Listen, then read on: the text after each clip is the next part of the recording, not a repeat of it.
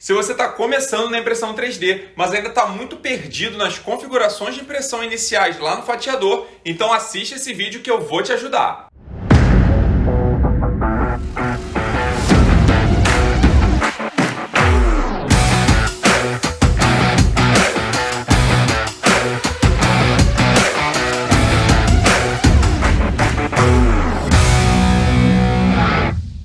Fala galera, para quem não me conhece ainda, meu nome é Leonardo Pereira, bem-vindos a 3D Help Desk. E se você tá aí ainda dando seus primeiros passos, abrindo o fatiador pela primeira vez, eu imagino que você ainda possa estar um pouco perdido aí com alguns parâmetros e as nomenclaturas utilizadas lá nas configurações de impressão. Eu mesmo senti essa dificuldade quando eu estava começando. Eu assisti os vídeos aí do pessoal já falando de retração, top layer, bottom layer, e eu sem saber o que aquilo tudo significava. E por isso, eu resolvi gravar esse vídeo onde eu vou explicar resumidamente, de maneira geral, as principais configurações de impressão para vocês se familiarizando. E que fique claro que nesse vídeo eu não vou ensinar o passo a passo para você fazer a calibração de cada um desses parâmetros. O objetivo aqui vai ser explicar conceitualmente, de maneira geral, para você se familiarizar e depois ir se aprofundando em cada uma dessas configurações. Falando primeiro de temperatura. Quando a gente fala em temperatura, podemos estar nos referindo à temperatura lá do hot end, no bico de impressão, ou à temperatura da mesa. A temperatura de impressão é a quantos graus o seu material vai derreter lá no bico do hot end. Daí, essa temperatura ideal vai variar de acordo com cada tipo de filamento e cada fabricante. Normalmente, quando você compra filamento, as fabricantes já vão indicar ali alguma margem de temperatura, porém você vai precisar fazer alguns testes para achar a temperatura ideal. Uma temperatura de impressão muito alta pode causar, por exemplo, muito stringing, que é aquele efeito de teias de aranha, ou sobreextrusão, que é um excesso de material que vai acabar causando imperfeições na sua peça. E por outro lado, uma temperatura muito baixa pode causar um entupimento do bico e também deixar suas peças quebradiças, porque o seu filamento vai estar derretendo pouco e não vai ter aderência entre as camadas. E já a temperatura da mesa é quando alguns modelos de impressoras contam com aquecimento da mesa de impressão, que serve basicamente para facilitar a aderência do material na mesa.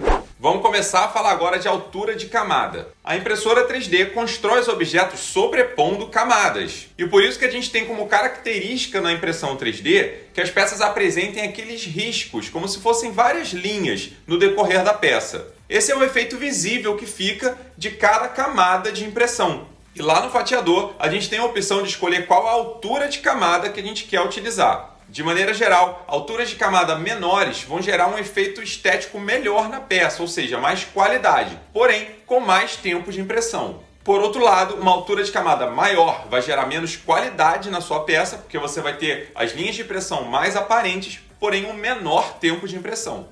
Você pode priorizar um pouco mais qualidade ou velocidade. Por exemplo, esses pokémons em miniatura aqui eu fiz utilizando uma camada de 0,20 milímetros.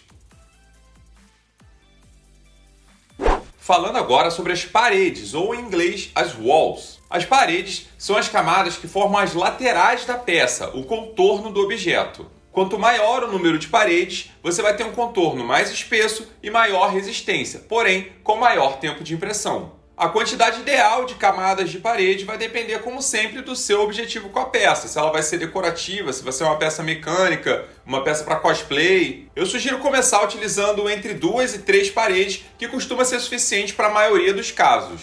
Agora, as top e bottom layers, que são as camadas de topo e de base.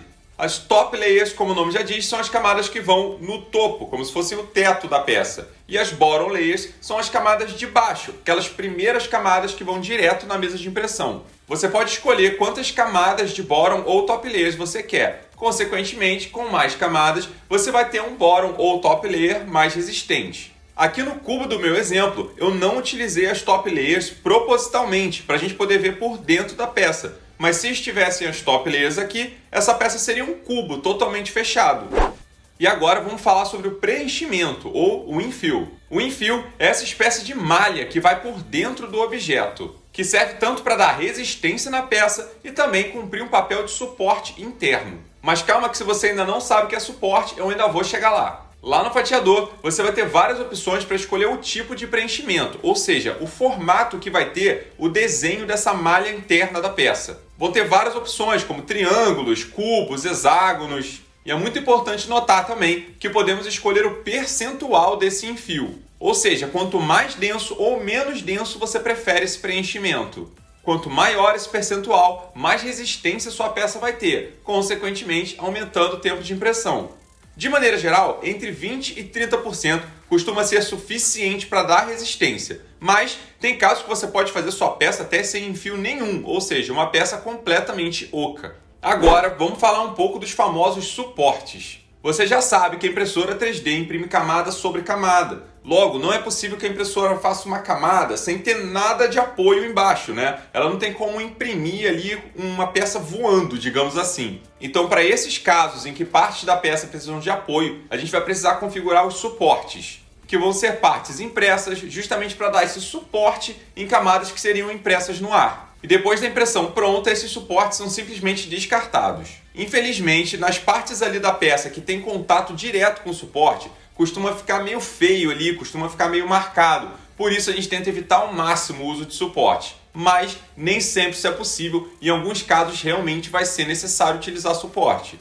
E esse eu considero que são as primeiras configurações assim que você precisa entender nesse início. E quais escolhas você pode tomar aí em cada uma delas. E é claro que depois, com mais experiência, você vai desbravando aí configurações mais minuciosas dentro de cada um desses parâmetros. Tem muita coisa pela frente ainda que vão exigir aí um período maior de testes, né? Um pouco mais de estudo. Mas como o objetivo do vídeo era só dar essa introdução para você que estava um pouco perdido, eu acho que até aqui está de bom tamanho.